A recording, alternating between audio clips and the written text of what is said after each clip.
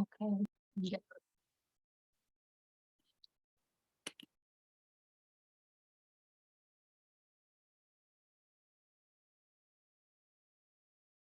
Okay.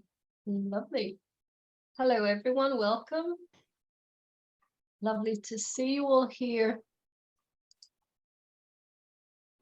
Some of you are familiar, some not. Welcome to the Expert 2023 series from the International Language Coaching Association. Great to see you all here.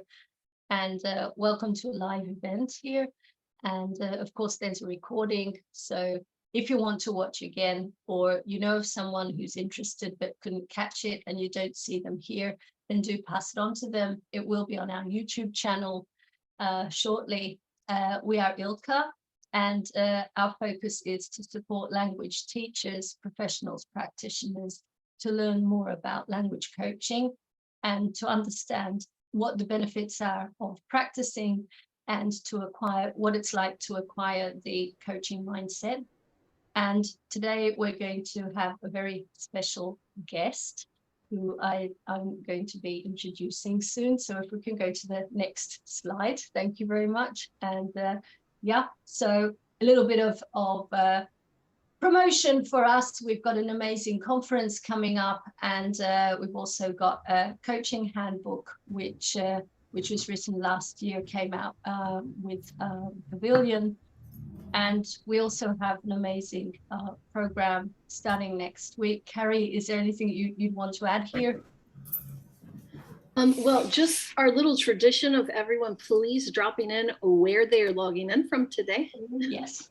But thank you for introducing us, Gabriella. And yeah, I just want to say, come to Paris in July or June. Come to Paris in June. We're waiting on you. Right. Okay. So Nabila is going to be in Paris. Wonderful. Excellent to know that you'll be joining. Fantastic. Okay. Thank you very much. And let's do a deep dive into our talk today and introducing Nataliya Vizir here. So from now on, Nataliya, over to you. Thank you very much for being our very special guest today. Thank you. Hello, everyone. So happy to see you here. It is my honor to be here with you and to talk a little bit about language coaching during difficult times and how it can transform language learning. A few words about myself. I was trained as a translator and interpreter, and I spent a long time working in this role, but teaching was always there in the background. And eventually I decided to transition into teaching, and it gradually led me to language coaching because something was missing. Something very important was missing there in the methodology. And what I do now, I do language coaching. I do some language training, especially pronunciation training. And I promote language coaching in Ukraine because I see how important it is and how helpful it is. I'm also a mom of 2 bilingual kids who are non-native bilinguals. That was my little experiment, which turned out to be quite successful and which also helped me to learn more about language acquisition, see how it happens, and dive deeper into this process, which is also helping me now with my clients. So about the topic today. When the war broke out, the full-scale war, lots of people fled the country. And as of today, the statistics, the official statistics are about 8 million people, but unofficial, no one really knows. No one really knows the exact number. The people who fled the country, they needed to learn the language of their new temporary home. The people who stayed in Ukraine, they felt they needed to learn the language too, or improve their language, because even right now, we don't know what is going to happen tomorrow. I don't know what's going to happen. Maybe I will have to flee the country too, although right now I am relatively safe. But the need for language learning has been rising rapidly.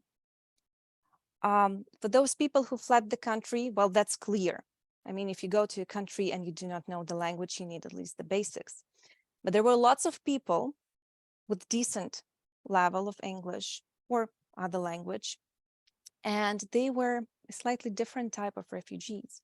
I mean, people were not fleeing the country because they had no job, they had horrible life. They had wonderful lives. Lots of people had their own businesses. I mean, they had fantastic jobs, many of them, but they had to leave everything behind. They jumped in their cars and they fled the country. These people wanted to have, and still want to have, a decent life in a new country, be it for a year or two. They're hoping to come back, lots of them. But since it's a different, slightly different type of refugee, they need a different type of assistance. They don't need the basics. I mean, lots of courses that are offered for free for refugees, they are about the basic levels of the language of the country. So it's like starter, beginner, elementary, let's say pre-intermediate, and then okay, that is usually enough to get some kind of a job. But many people were looking for a different type of course. They needed different type of teaching as well. Inside the country, people wanted to learn language too. And it turned out that there are lots of issues that are outside traditional methodology, but keep cropping up. Even those people who were doing courses before the war broke out, they felt they were losing focus and concentration, and the learning wasn't as successful as they hoped for. I mean, imagine you're under constant stress, but you feel you still need to learn the language, and you come to a lesson, but you keep picking up your phone to check the news because, for example, your family are very close to the war area. It's very difficult to stay concentrated. I mean, no matter where you are, in Ukraine, outside Ukraine, this constant stress wasn't helping the learning process. I think you can imagine that. So here we had new questions, new issues coming up. How do we have the learners to stay focused? How do we keep their concentration, their motivation, at least for the lesson?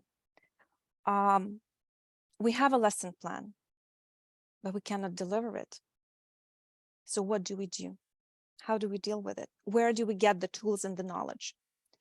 Another thing, and I heard lots stories, a lot of stories about the internal protest against the language of this new temporary home of the host country.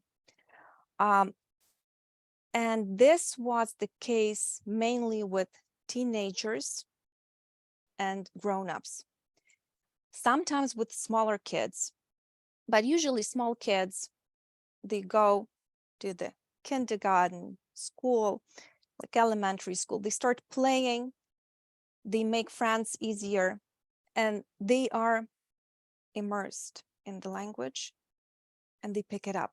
It's somehow easier for them.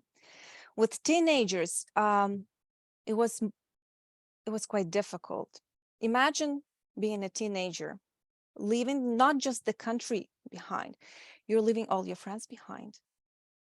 For teenagers, it's difficult.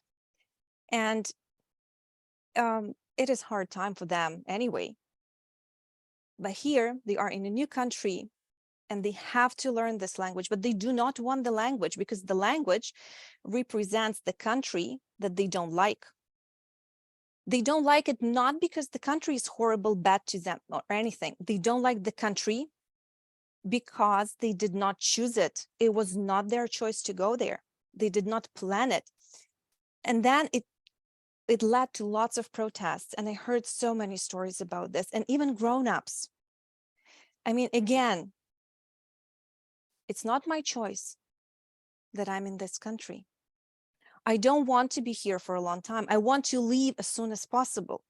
So in a way, it's, as you imagine, it's rejecting the situation and rejecting the language. But on the other hand, the person feels that they need this language to get a job or just to get around in the country. So again, methodology doesn't help here. How do we teach a language to a person who has this internal protest on the one hand, but also realizes that they need the language? How do we help them? Where do we get the tools? What do we do? Again, we look for coaching tools. We try to find something. We need to help to create this environment where a person will come to terms with the situation, with the language, with the learning, will accept it, and will start slowly, gradually learning bit by bit. There were also lots of cases when language teachers had to work with grown-ups who do not have language learning habits or skills. I had a conversation with a teacher of German not so long ago. She works at a language school that provides courses for refugees, and she's been working there for quite a while now. And now she's working with Ukrainians. So what she noticed, there are many grown-ups who never learned a foreign language because they never needed it. Of course, they had classes at school. I mean, everyone has that. They had some language training at the university, maybe. But then 20, 25 years of their working life, they never learn a language. They don't have the skill. They do not know how to organize the process, what to do to memorize the words, how to even think about this new grammar. And again, how do we help the learner develop the learning habits and skills? Again, it's something that goes outside methodology. And there's again more and more need for language coaching. Self-confidence issues. Lots of people, especially those adults who don't have learning habits, they have low self-confidence. They don't see the result. They spend weeks, months learning the language, but it's a slow process, and we need to support them somehow.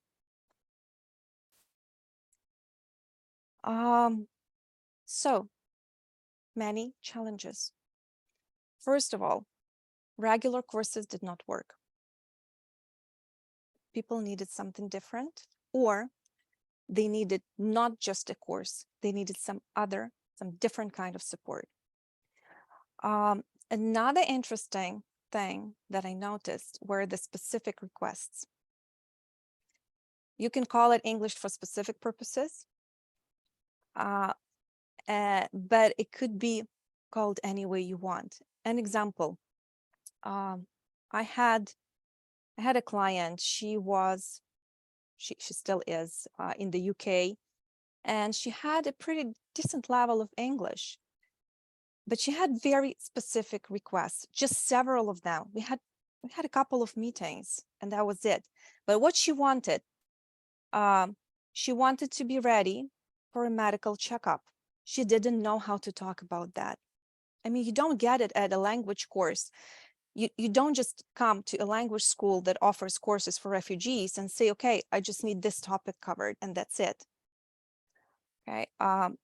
Then she needed to go to a bank and discuss something. She wanted to open a bank account in order to work as a private entrepreneur. So again, she lacked the vocabulary for that. She didn't know how to get around this. Very specific request, short term, and you need to, in a way, train the learner So there's a bit of coaching, which goes around self-confidence, about coping strategies. What happens if you talk to the bank manager and you don't understand them? What do you do then? How will you cope? What strategies will you have? So a bit of coaching, a bit of language training. And with other people, it was about long-term language coaching support. Even those people who take more like typical regular courses, they come for coaching support. Whenever they feel the motivation's going down, whenever they have procrastination, discipline issues, they need some coaching support. And again, it's also in the context of this constant stress, they feel tired, exhausted. They don't have the energy for learning. And if they don't have the energy, they do not progress as fast as they want to. They feel this frustration, and it's very difficult. Sometimes I get to explain things that go, like they lie outside the language learning itself, but they have huge impact on the results of this learning process. As simple as getting enough sleep. I mean, imagine, right, starting a new life in a new country. You don't have your car. You have to use public transport to get to your new workplace. You have to take your kids to school. Your days are very busy. And then you still have to learn the language. You have to take this course. You have to have this lesson. And if you're sleep deprived, this is not working out. So it sounds so basic, but people forget about this. They say, I am stupid. I really am. I'm not learning anything. And then I ask, can you describe me your typical days? What is it like? And then they realize that they are not stupid, they are tired, just plain tired. Another interesting thing was about the goals of language learning. Many people who are still inside Ukraine, they want to learn the language, a foreign language, English in particular, to be able to talk about the situation, to make their voices heard abroad. They want to be able to participate in discussions in social media. They want to post about the situation, and they want to do it in English. They want people to know the truth. And again, this is a different thing. I don't know any textbook which would teach students how to talk about war and living through the war. So this is a challenge. Another challenge, emotional learners. Even people who live in peace, they might come to a lesson with frustration, with some excitement, after something horrible happened in their life. And sometimes they can control those emotions and sometimes they can't. But imagine that you have to work with people who are living at the time of war in the country. How do you talk to them? What topics might trigger them? I had a situation when we watched a short video with the client, and just for a few seconds, there was a dog there. And she saw the dog and she started crying because she left her dog in Ukraine when she fled the country. How do you deal with this? How do you help students cope with the emotions? Where is this line? I mean, this is quite difficult because you never know what's going to happen during the lesson. Lots of those challenges were difficult, but some of them were turned into advantages. And teachers started experimenting. I mean, there were teachers who were thinking about quitting their jobs, quitting teaching. Most of the teaching is done online now, right? Especially with adults. And imagine the situation starting October. Practically every week, we had attacks on the infrastructure, and we were left without electricity for hours, sometimes days. At my place, 3 days. Yeah, it was the longest, I think, the period where we had no electricity whatsoever. It was difficult. And then when the lines were fixed, we still had regular, planned, scheduled outages to balance the system. How do you work around this? I mean, you get a schedule and you see that you have electricity for 2 hours, then you have 4 hours without electricity, 2 hours with electricity, again 4 hours without. And it's different for different parts of the country. And if the teacher is in one place and the student is in the other, and you have different schedules, how do you work around this? I mean, it was quite a challenge. How do you support the students who cannot attend your classes because they don't have electricity, but they want to learn? What do you do? How do you keep the students if you cannot deliver a class because you have no electricity? So at first, it seemed impossible, but then teachers started experimenting. Asynchronous learning became very popular, and it still is. It was also a chance for learners to grow their autonomy, to become less dependent on the teacher, to own their learning process. And the teachers had to find ways to support the learners' motivation, even if the learners were not attending classes regularly. And I have here, supporting motivation in the darkest of times, literally. Winter is dark by itself. No electricity, the darkest of times, but people want to learn. Another thing was the teachers' well-being. So I saw rise of teachers' communities and a lot of mutual support. And that's where people started discussing other tools that go outside methodology. Coaching was becoming more and more popular. Teachers started looking for something else, something that would support both their learners and themselves. How do we make our work sustainable at these difficult times? How do we deliver good results for the students?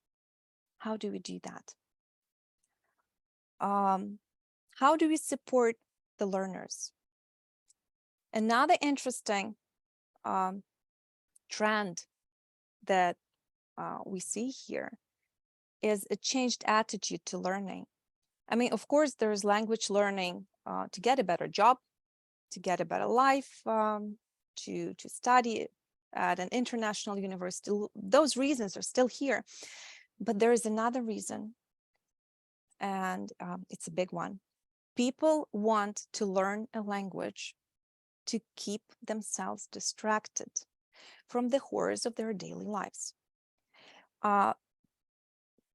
Be it an individual lesson or a group lesson or just a speaking club, for many people, it is just a way to forget about everything, be in this moment, keep their mind focused on something nice, something good, something pleasant.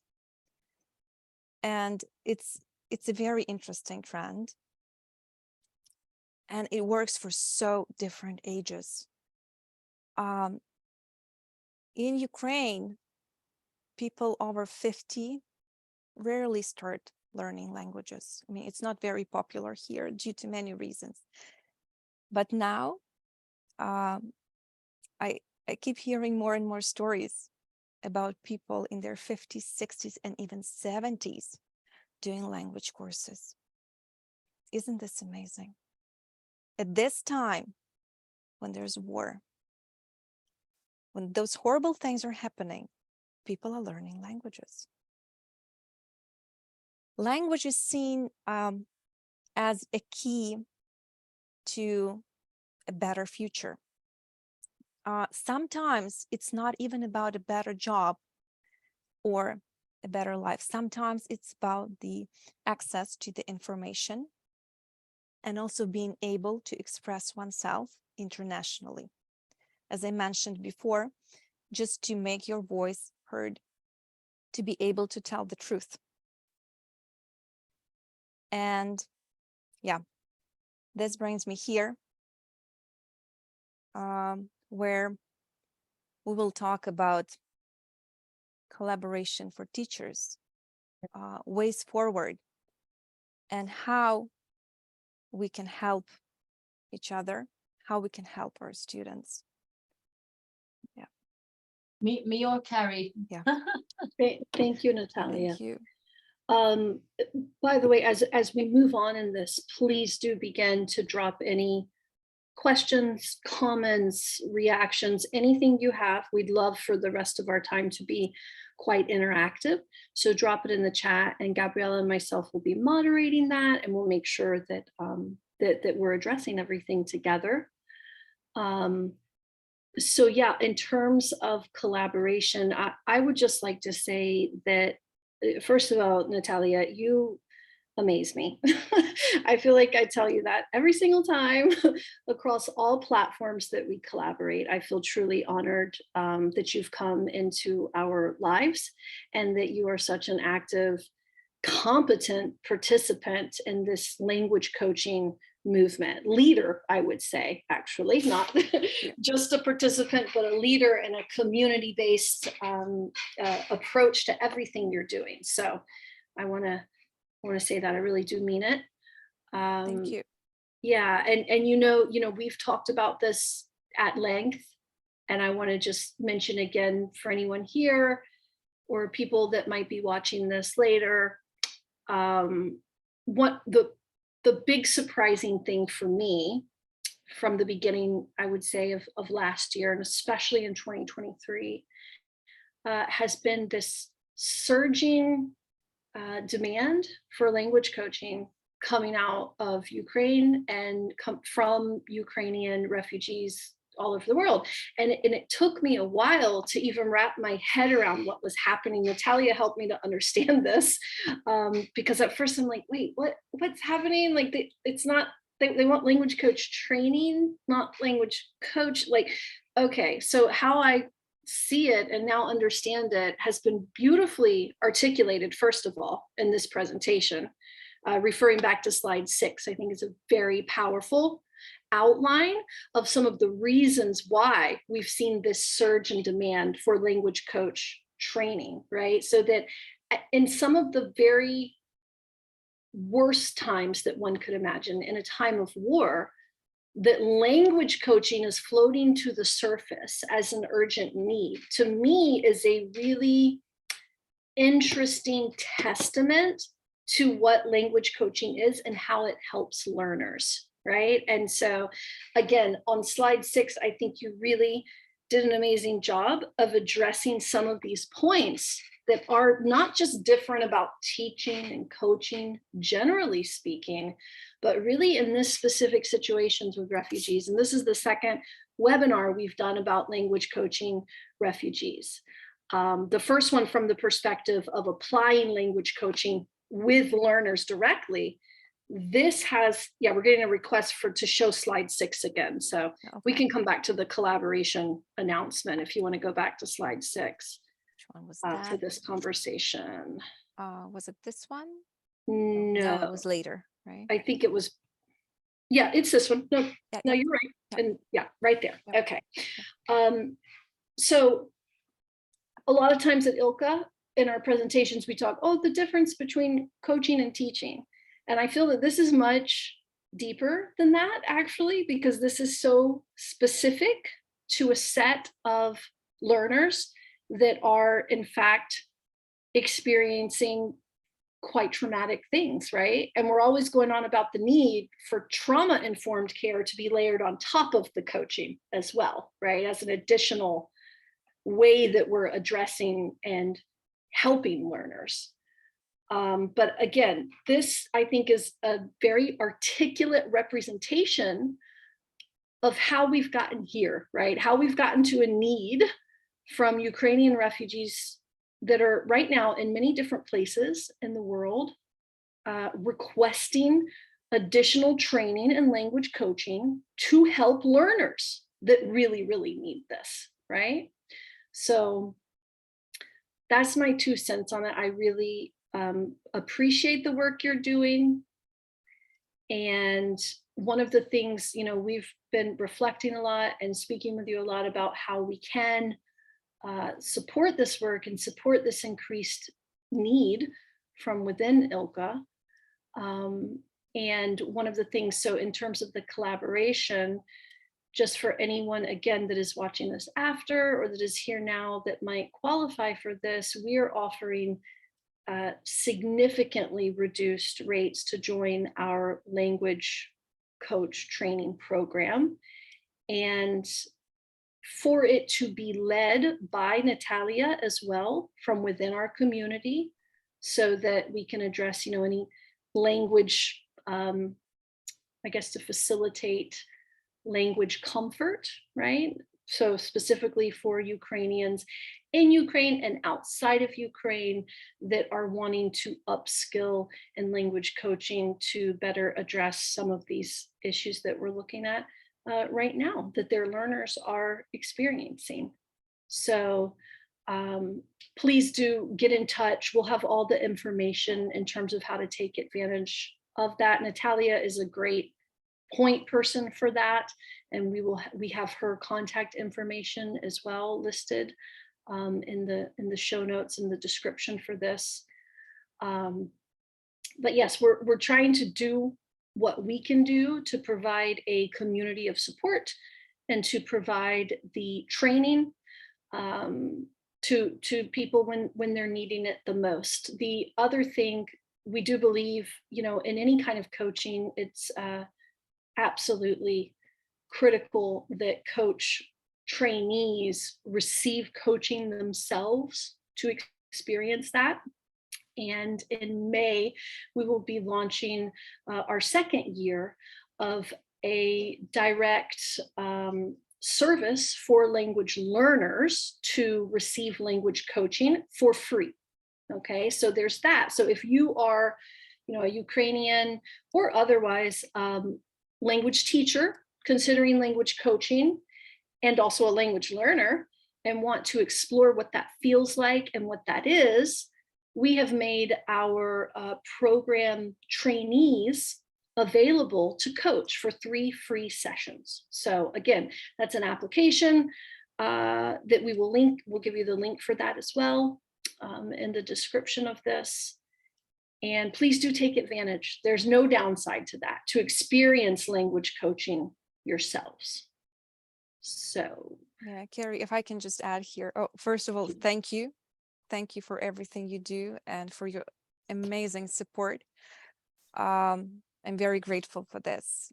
And concerning the experience in this program, I have to say that I had teachers approach me for language coaching for a different language that they want to learn, a new language. And then after several sessions, they said, okay, I now know how to organize my learning, but I want to integrate coaching into my own practice as well. So I see this need rising really everywhere. And helping learners is one thing, but also helping the teachers to relax a little bit, to let go of so many things. We cannot control this. We cannot control the situation. I mean, the only predictable thing right now is that tomorrow is unpredictable. That's it. Yeah. Letting go of the curriculum. I mean, you have it, but you cannot stick to it 100%. You cannot even be sure of the next lesson you have. Will you have it? Really? Are you sure? No, no one is sure. So helping learners grow this autonomy, that they become less and less dependent on the teacher, that they have something very strong and powerful inside them that helps them go forward, and transforming teachers into facilitators of the learning process, guides, assistants, not teachers anymore, but something more than that. So this is what we need. I feel we really do. Yeah. Yeah, thank you for mentioning that. We always try to pay attention also to like this bi-directional focus. Gabriella can talk about that. So she's really big on, we're always like, okay, wait. You took that. I wrote that up in my notes. I knew you were. I saw you writing. So okay, you were fast. With us, with content, we're always like, okay, are we talking to the teachers? Are we talking about learners? Like, it's so, because Gabriella is so big on always building that in. And we've done an entire event on that, on like the wellness aspects, not just for learners, but for language coaches themselves. Gabriella, I'll let you talk about that if you'd like to. No, that's fine. But yeah, there was one word that came up to me now in this more freer conversational part of this this event today, and that was the bi-directional aspect. So Gary's kind of got that, but it's essential to understand that when we are thinking of coaching learners, of course we have to be very comfortable and feel totally at ease with this kind of situation. And it's true, as Nataliya said, as I write about it in my book, a language coach is more than a language teacher, but it also incorporates the teaching. So if you're not familiar with teaching, it's not your, if you don't know how to teach, you don't know how to move away from that sort of environment, from that teaching context, which we all know what it's about, and it's a fantastic thing.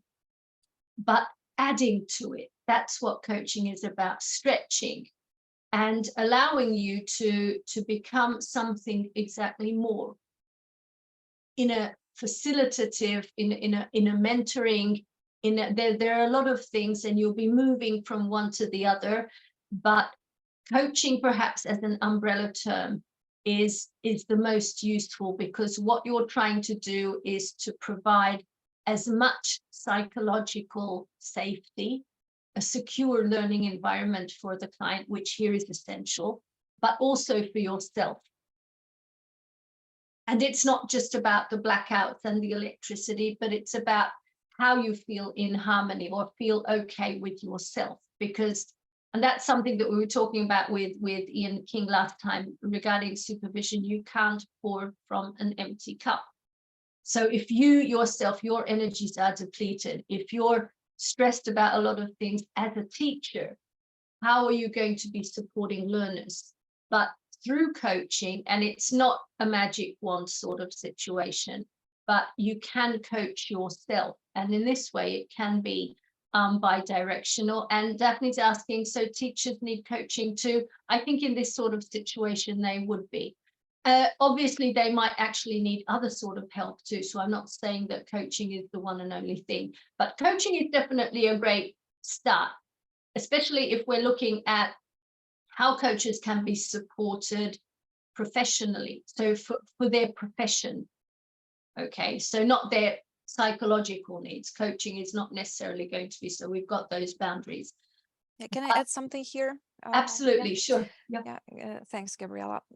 Just responding to Daphne's comment, I mentioned here the teachers' communities, and we have several of them in Ukraine, and they are based around specific interests of the teachers. But what I saw when we started having these blackouts, and even just when the war broke out, people were getting together online, not necessarily having meetings, maybe just chatting, but trying to support each other, exchange ideas, how to deal with the situation, how to keep learners engaged, how to help learners, and then helping each other in this way as well.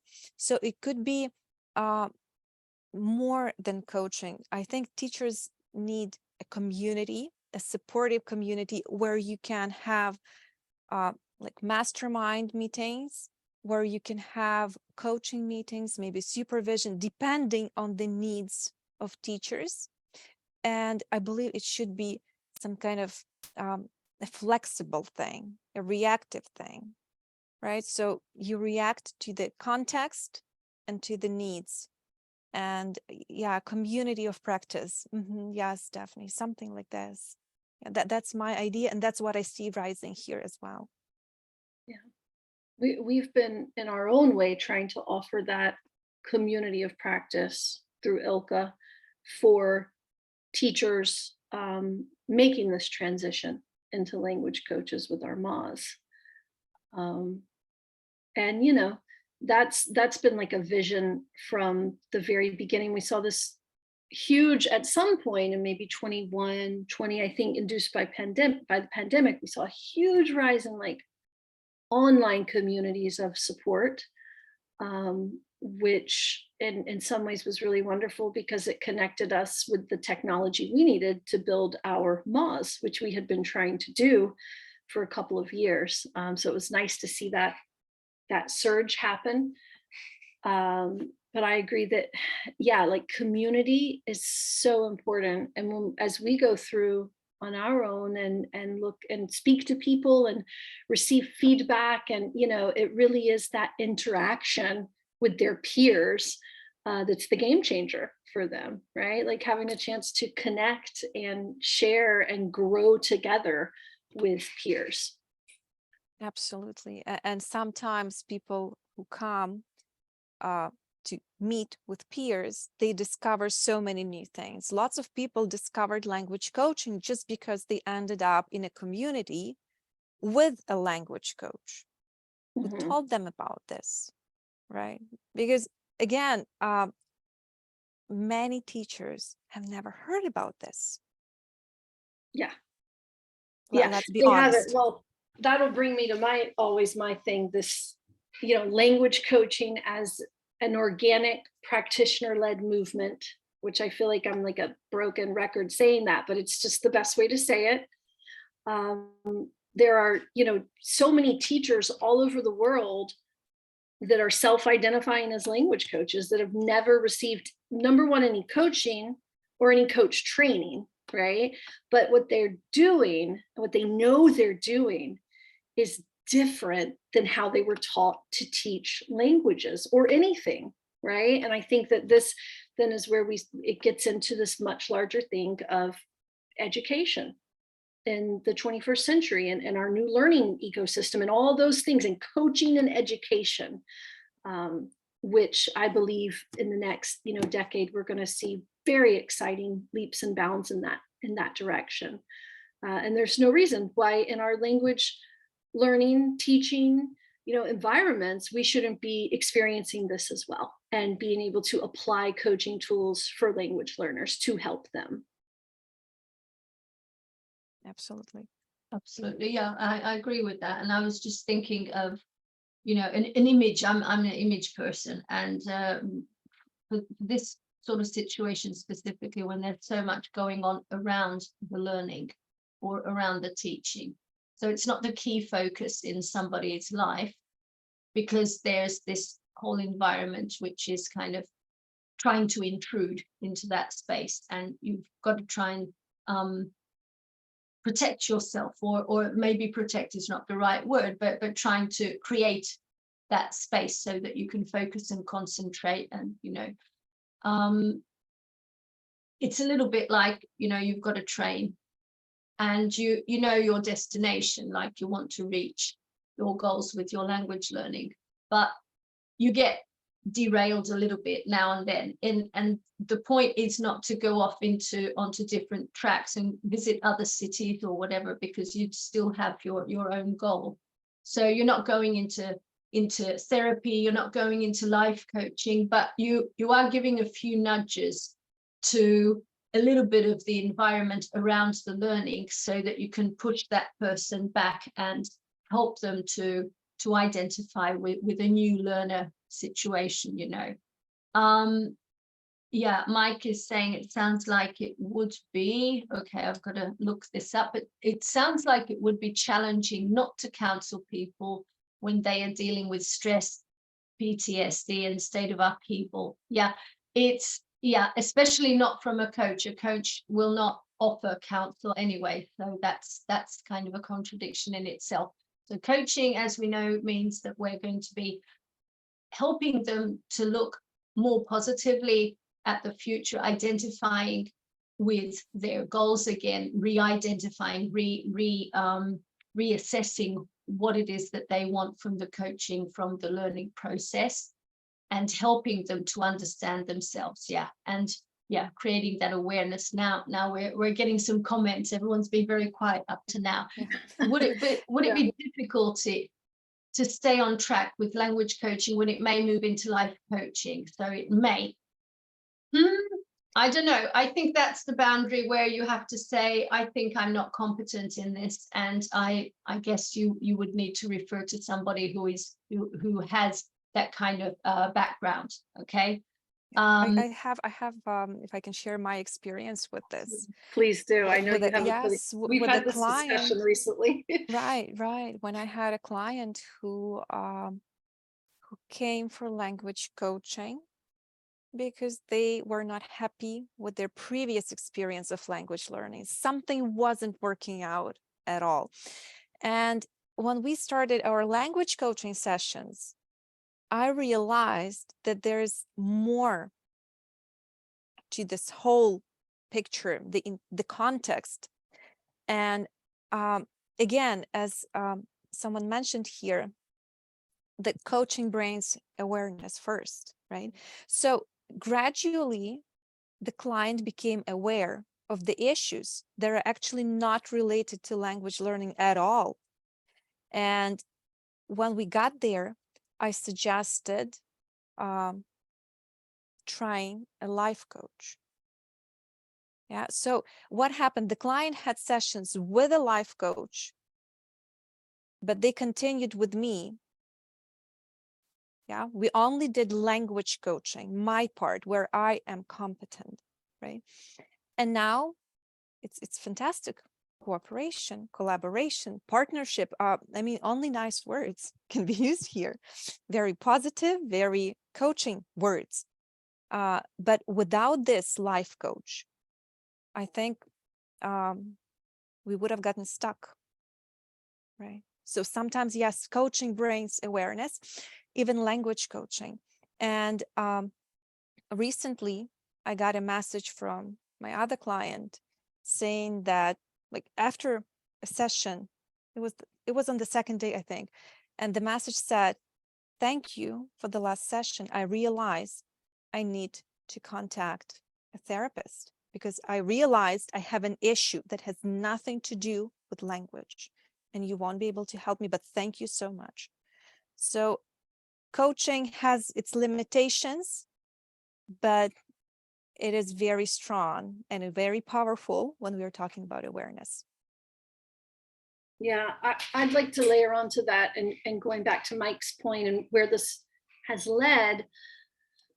You know, we've worked with teachers transitioning to coaching, or teachers. I've worked with a lot of teachers pre any coach training.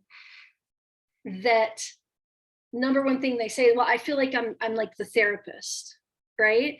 And I think that it's the coach training in itself that will clarify in that way, right? Like good coach training, that no, you're not the therapist. That's not what we're doing. We can still create a safe space to explore your relationship with the language and with learning, and your action plans for it and your goals and all that, without it turning into any kind of therapy about it, because that's not what we do as coaches. And I love your example of, you know, recommending out a life coach. And I just like to say, with the trauma informed care, you know, it's to be equipped to deal with trauma that may arise in the process of language coaching, for example, or any kind of care that you're giving with someone, right? So the techniques that you would need specifically for dealing with trauma, and which is why I'm a big believer on layering on trauma-informed care for anyone working with people these days, in any area, but certainly for language teachers and language coaches, trauma-informed care is a big one. So I've seen another comment come in. Let's see here. I would love to know what you all think about how we know where language coaching ends, because, for example, constant stress can result in low focus, which can have a direct effect on language learning. Okay. I know that we've discussed this a lot in some of our field sessions as well, right? This Sure. this dance. Gabriella, you unmuted? Would you like to say something? Yeah, I mean, constant stress, low focus. Once the coaching identifies the source of it, so it's really about the source, because if the source is acquiring the language and around the language, then we stick to language coaching and we keep going on there. And obviously, if it's more related to the psyche, or how should I put it, to the person itself, and it's not connected directly to the language, that's when it might move into either therapy or life coaching, or definitely an external source to support in that situation. So once it comes up as a constant thing, or if it's something that is clearly not something within the realm of language coaching, which we pretty much define, I think, in our organization. So that's pretty clear what language coaching does and does not do. Then you say, I think you should refer again to somebody who can deal with this, and have a look at how you can start focusing again.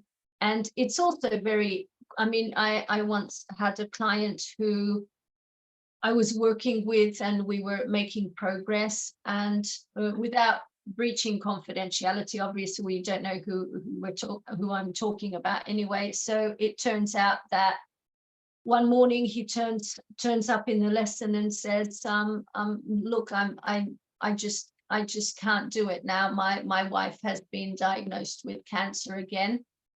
And, you know, it's like he started crying. And so obviously that's not going to be language coaching, is it? So we talked about it for about 10 minutes. I said, I'm totally fine with, you know, for us to just stop for a few weeks, months, whatever time you need to, you know, figure this out and you know, be with family. That's the most important thing. And I thanked him for his trust, for you know, telling me that story, and clearly he said he will try to learn for next week. And I said, forget it, no way, that's not the focus here. I'm not the person that you need now. You need to be with your family, go and, you know, set up your life, rearrange whatever you need. And that was the focus, and he really appreciated it. And in a few weeks he came back and he said, we're good, we're on track, obviously, you know, doing a lot of things. And it was a different kind of thing, but with all transparency, I told him, you know, one thing, I'm not going to keep asking every single lesson what's going on. I'm going to be thinking about you, but we have to make that decision now. Because if we bring this constantly into the lessons, we're not going to be able to focus, because it's a trigger. It's something that, you know, so not because I don't want to, but because it's not part of my role here to be constantly asking. And he accepted that. And we've been working together since then. Maybe once or twice I've asked what's going on, and that's it. So very, very interesting thing going on there. So this is for an example, a different kind of example, but you know, once again, something which is, it comes up, and you know, no, that's not what that's not part of what you're going to be doing, because it cannot work. It's not what you are there for. Okay, so keeping that in mind very much. Yeah, so that sort of thing. Very good. Thank you for that, Gabriela. I want to thank you again, Nataliya, and to everyone here for your questions and this thought-provoking discussion where we've ended up. We wanted to leave it open to see where we'd end up. So that this is a great place to be, right there on that line of language coaching versus therapy. Not surprising. So thank you so much, everyone. And again, if you're watching this after and you would like to receive a scholarship, if you're a Ukrainian refugee anywhere in the world wanting to learn more about language coaching, you would qualify for a scholarship and get in touch with us, because we want to help you and we have a community for you. So yeah. Thank you for everything. Thank you, everyone, for everything. Thank you. Yeah. Thank you. Everyone for everything, especially Nataliya, but also the comments, everything.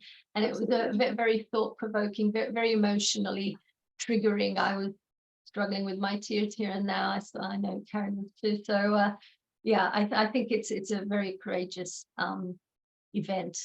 I don't know if you can say that anyway. So yeah, definitely too. So thank you very much for being so generous with your time. And I think it brings out all the compassion and empathy in everyone, just this sort of situation. And we're looking forward to working with everyone in that scholarship. So thank you all very much for being here and for asking questions, commenting, and hopefully see you next time. Yeah, okay. Thank you very much, everyone. Bye-bye. Bye-bye. Thank Thank you. you. Bye-bye. Bye-bye. Bye, Zoli.